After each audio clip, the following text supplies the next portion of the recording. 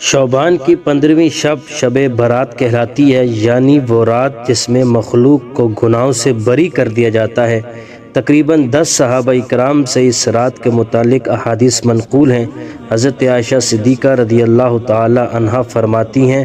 شعبان کی 15ویں شب کو میں نے نبی کریم صلی اللہ علیہ وآلہ وسلم کو اپنی آرام گاہ پر موجود نہ پایا تو تلاش میں نکلی،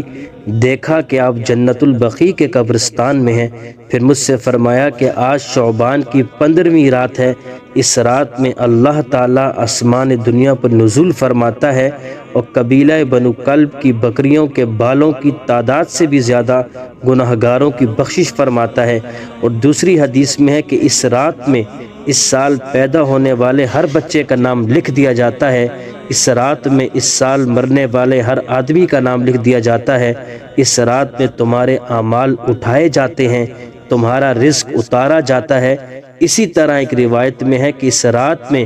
تمام مخلوق کی مغفرت کر دی جاتی ہے سوائے 7 اشخاص کے، کہ وہ یہ ہیں: مشرک، والدین کا نافرمان، کینہ پرور، شرابی، قاتل، شلوار کو ٹخنوں سے نیچے لٹکانے والا اور چغل خور۔ ان 7 افراد کی اس عظیم رات میں بھی مغفرت نہیں ہوتی جب تک یہ اپنے جرائم سے توبہ نہ کر لیں۔